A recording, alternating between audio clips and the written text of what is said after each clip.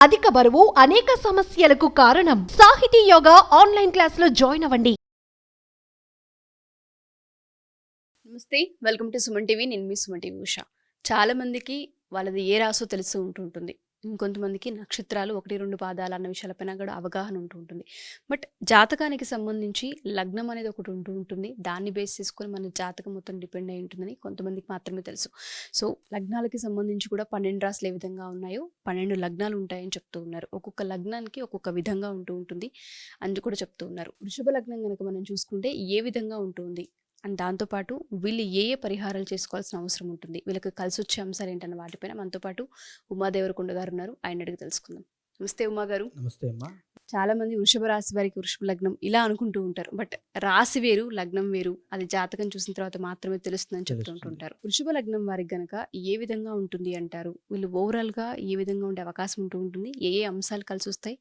Marital life లో అయినా, health లో అయినా, లేదంటే రిలేషన్షిప్ లో అయినా? ఫస్ట్ ఆఫ్ ఆల్ మళ్ళీ చెప్తున్నానండి, రాశి వేరు లగ్నం వేరు. ఎందుకనంటే రాశి అనేటువంటిది మీ జాతక చక్రంలో చంద్రుడు ఎక్కడుంటే ఆ రాశి మీ జన్మ రాశి అవుతుంది. అదేవిధంగా మీరు సూర్య ప్రమాణం ఆధారంగా ఏ సమయంలో జన్మిస్తే దాని అనుగుణంగా మీ యొక్క లగ్నం అనేది నిర్ణయించబడుతుంది. ఉదాహరణకి మీది వృషభ లగ్నం అనుకోండి, ఇప్పుడు మాట్లాడుకున్నది. ఈ లగ్నం ఆధారంగానే మీ 12 భావాలు కూడా నిర్ణయించబడతాయి. ఏది పంచమ భావము, మీ సంతానం ఎంతమంది ఉండాలో చూడాలంటే ముందు లగ్నం ఏంటో తెలియాలి. ఫిఫ్త్ ఏంటో తెలియాలంటే ముందు ఫస్ట్ తెలియాలి కదా! సో 12థ్ ఏంటో తెలియాలంటే ఫస్ట్ తెలియాలి. ఏదైనా లగ్నం అనేటువంటిది జాతకానికి చాలా ఆధారమైందండి. ఇక్కడ జన్మ లగ్నం నుంచి మనం వృషభ లగ్నం గనక అయితే కనుక వాళ్ళ క్యారెక్టరిస్టిక్స్ అలా ఉంటాయి. సో వృషభ లగ్న జాతకులు జనరల్‌గా చాలా అందగాళ్ళు. మగవాళ్ళైనా, ఆడవాళ్ళైనా చాలా అందగత్తెలు. చూడ్డానికి మొహంలో చాలా కళ ఉట్టిపడుతూ ఉంటుంది. ఫేస్ వాల్యూ చాలా ఉంటుంది. వాళ్ళు ఏదైనా అంటే ఫర్ సపోజ్ చాలా అదృష్టవంతులని కూడా చెప్పాలి. సో ఏంటంటే సెంటర్ ఆఫ్ అట్రాక్షన్ అంటూ ఉంటాం కదా! సో సెంటర్ ఆఫ్ అట్రాక్షన్ ఈ వృషభ లగ్నం వాళ్ళండి. సో ఎక్కడికైనా ఫంక్షన్‌కెళ్లారంటే వీళ్ళ ఆలోచన విధానం ఎలా ఉంటుందంటే పొద్దున్న లేచి అద్దం చూసుకుంటారు. మళ్ళీ రాత్రి పడుకునే ముందు అద్దం చూసుకుంటారు. అంటే ఏంటంటే అందంగా ఉండాలి. నన్ను నేను బాగా బెస్ట్‌గా ప్రెజెంట్ చేసుకోవాలి అందరి ముందు. నేను అలా ఉండాలి. నేను అలా కనబడాలి అందంగా. సో నా గురించి అందరూ మాట్లాడుకోవాలి. నన్ను పొగడాలి. లేకపోతే నన్ను వర్ణించాలి. ఈ రకమైన ఆలోచన ఉంటుంది. సో ఎక్కువగా ఈ రకమైన రోజుల్లో స్నాప్ ఇవన్నీ. సో ఏంటంటే ప్రతీదీ కూడా ఈ అందానికి అంటే సెల్ఫ్ మేడ్ అండి. సెల్ఫ్ లవ్ అంటారు కదా! వాళ్ళ మీద వాళ్ళకి అభిమానము ఇవన్నీ చాలా ఎక్కువుంటాయి. ఓకే. అదే విధంగా ఈ వృషభ లగ్నం వాళ్ళు కనుక ఏదైనా సరే ఒక సినీ రంగంలో అవ్వచ్చు, కళారంగంలో అవ్వచ్చు, నాటక రంగంలో అవ్వచ్చు, రైటింగ్ ఫీల్డ్‌లో అవ్వచ్చు, వీటికి సంబంధించిన విషయాల్లో క్రియేటివ్ ఫీల్డ్స్‌లో ఏది చేసినా ఎక్సలెంట్ ఫ్యూచర్ ఉంటుంది.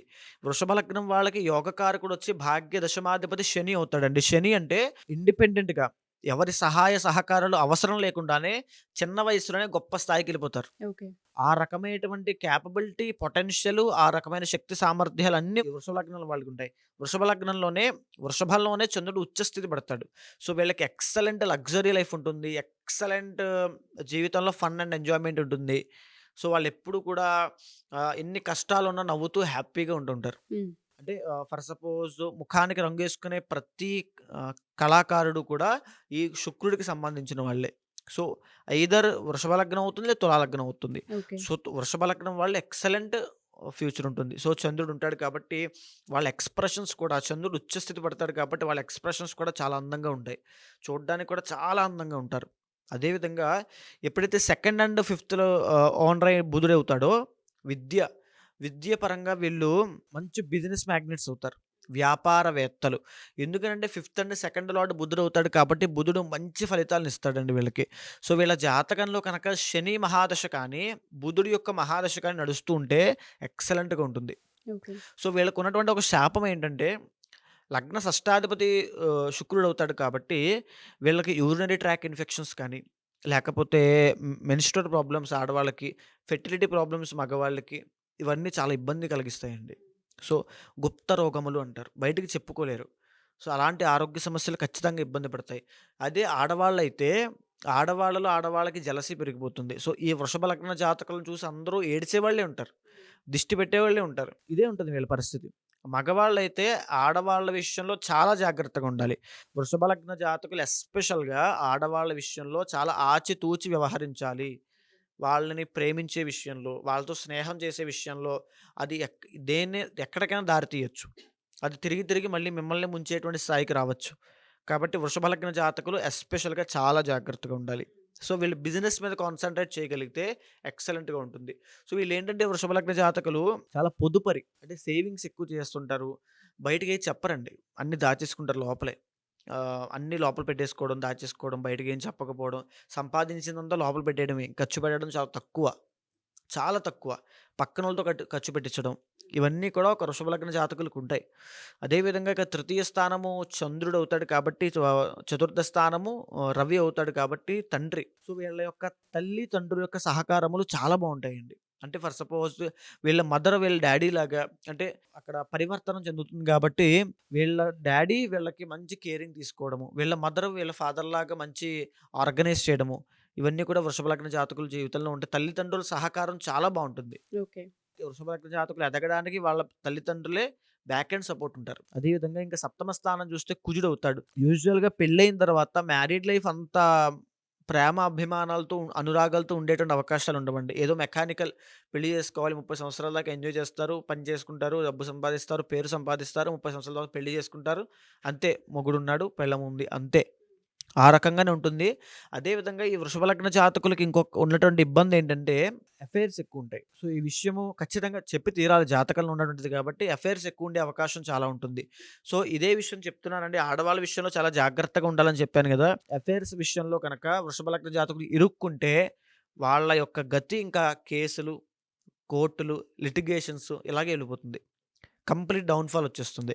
సో, ఆడవాళ్ళ విషయంలో ముఖ్యంగా ఇలాంటి అఫైర్స్ విషయంలో ఆడవాళ్ళైనా, మగవాళ్ళైనా వృషభ లగ్న జాతకులు చాలా జాగ్రత్తగా ఉండాలి. ఇకపోతే అష్టమ లాభాధిపతి గురుడయ్యాడు. సో, వీళ్ళకేంటంటే యూజువల్‌గా ఆర్థికంగా వీళ్ళకి ఆశలెక్కువుంటాయండి. అంటే ఇందాక నేను చెప్పాను మీకు సెకండ్ హౌస్ ఓనర్ బుధుడవుతాడు కాబట్టి దాచేసుకోవడం ఎక్కువుంటుంది. సో, దేనికి దాస్తుంటారంటే ఏదో ఒక పెద్దది, ఒక పెద్ద బంగ్లా కట్టాలి, కొనేయాలి. ఒక పెద్ద కారు కొనాలి, దాంట్లో తిరగాలి. ఇలాంటి ఆశలెక్కువుంటాయి వీళ్ళ కోరికలు. దానికోసం కష్టపడతారు. దానికోసమే జీవితాంతం కష్టపడుతూనే ఉంటారు. కానీ దాన్ని పరిపూర్ణంగా అనుభవించలేరు. ఓకే. సో, ఇది కూడా జరుగుతుంది. అదేవిధంగా వీళ్ళ జాతకంలో ఎస్పెషల్‌గా వృషభ లగ్న జాతకులకి భాగ్య దశమాధిపతి శని అవుతాడు కాబట్టి మహాయోగకారకుడండి. శని ఎవరి జాతకంలో అయితే యోగాన్ని పడతాడో ఉదాహరణకి వృషభ లగ్నము, తులా లగ్నము. హ్మ్. ఈ 2 జాతకాల్లోనే శని యోగకారకుడు. ఈ యోగకారకుడైనటువంటి శని ఎప్పుడైతే వస్తాడో దశ, అంతర్దశల్లో ఒక టర్నింగ్ పాయింట్. జీవితంలో ఎంత దరిద్రం అనుభవించినా, ఎంత కష్టాలున్నటువంటి ఫ్యామిలీలో పుట్టినా వృషభ లగ్న జాతకులకు ఒక అవకాశం వస్తుంది. అదే శని యొక్క మహాదశ. ఉదాహరణకి ఆ శని ఏ అష్టమ స్థానంలో ఉన్నాడనుకోండి, అది అంత పని చేయకపోవచ్చు.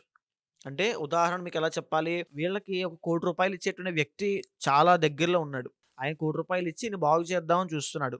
బావున్నాడు. ఆయనతో రిలేషన్ చాలా బావుంది. అప్పటిదాకా డబ్బులున్నాయి. కానీ ఈయనకి ఇవ్వాల్సిన సమయానికి ఆయన దగ్గర డబ్బులందవు. ఎలా ఉంది ఇది వినడానికి? అలాగే శని ఎప్పుడైతే అష్టమ స్థానంలో పడతాడో శనికి బలం ఉండదు. ఓకే. ఆయన యోగకారకుడే. ఈయన మంచే చేస్తాడు. కానీ శనికి బలం లేనప్పుడు ఆయనేం చేస్తాడు?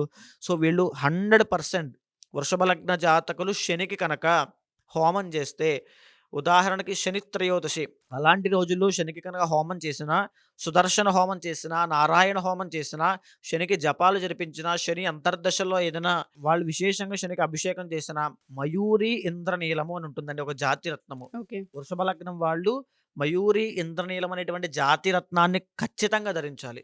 అది ధరిస్తే కుడి చేతి మధ్య వేలికి. అది ధరిస్తే ఒక 3 క్యారెట్లు దాటిన తర్వాత ఎంతైనా పెట్టుకోవచ్చు. ధరిస్తే ఎక్సలెంట్ ఫ్యూచర్ ఉంటుంది. వీళ్ళకి మంచి ఆయిల్స్ అండ్ రిఫైనరీ అవ్వచ్చు, పెట్రోలియం అవ్వచ్చు, లేకపోతే ఒక కంపెనీలో జాబ్ చేస్తూ ఆ కంపెనీని ఏలేసేటువంటి తెలివితేటలు ఉంటాయి వీళ్ళకి. అలాంటి తెలివితేటలైనా రావాలంటే శని అనుగ్రహం కావాలి వీళ్ళకి. శని అందరికీ చెడ్డవాడు కాదు. వీళ్ళకి ఎక్సలెంట్‌గా ఫలితాలు ఇస్తాడు కాబట్టి శనికి సంబంధించి మయూరి ఇంద్రనీలము 100% ధరిస్తే ఎక్సలెంట్ ఫ్యూచర్ ఉంటుందండి. డెఫినెట్‌గా అండి. సో, ఎవరైనా సరే వృషభ లగ్నం వారు కనుక ఈ వీడియో చూసినా, లేదా మాది లగ్నం ఏంటో తెలీదు, జాతకరీత్యా ఒకసారి కలవాలి అనుకున్నా డెఫినెట్‌గా మనల్ని అప్రోచ్ అవ్వచ్చు అంటారా? అవ్వచ్చు.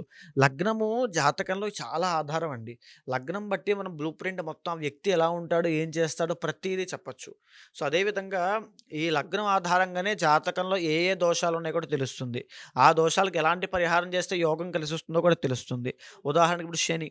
ఎలా అయితే వృషభ లగ్నానికి శని ఎలా యోగకారకుడు అవుతున్నాడో, శనికి సంబంధించిన హోమం చేస్తే ఎక్సలెంట్ ఫ్యూచర్ ఉంటుందండి. ఓకే. డెఫినెట్‌గా ఎవరైతే మా ఈ వీడియో చూస్తూ ఉంటుంటారో, మీరు కనుక జాతకరీత్యా మీ లగ్నం ఏంటి, రాశి ఏంటి, నక్షత్రాలేంటి అన్న విషయాలపైన అవగాహన తెలుసుకోవాలి అనుకున్నా, లేదా ఒకవేళ జాతకరీత్యా లగ్నం తెలుసుకున్న తర్వాత పరిహారాలు చేయించుకోవాలనుకున్నా డెఫినెట్‌గా అప్రోచ్ అవ్వచ్చు. కింద స్క్రోల్ అవుతున్న కాంటాక్ట్ నెంబర్‌ని కాంటాక్ట్ చేస్తే ఉమా గారి టీమ్ మీకు పూర్తి వివరాలు అందిస్తారు. థ్యాంక్ యూ అండి. Thank you so much. నమస్తే అమ్మ.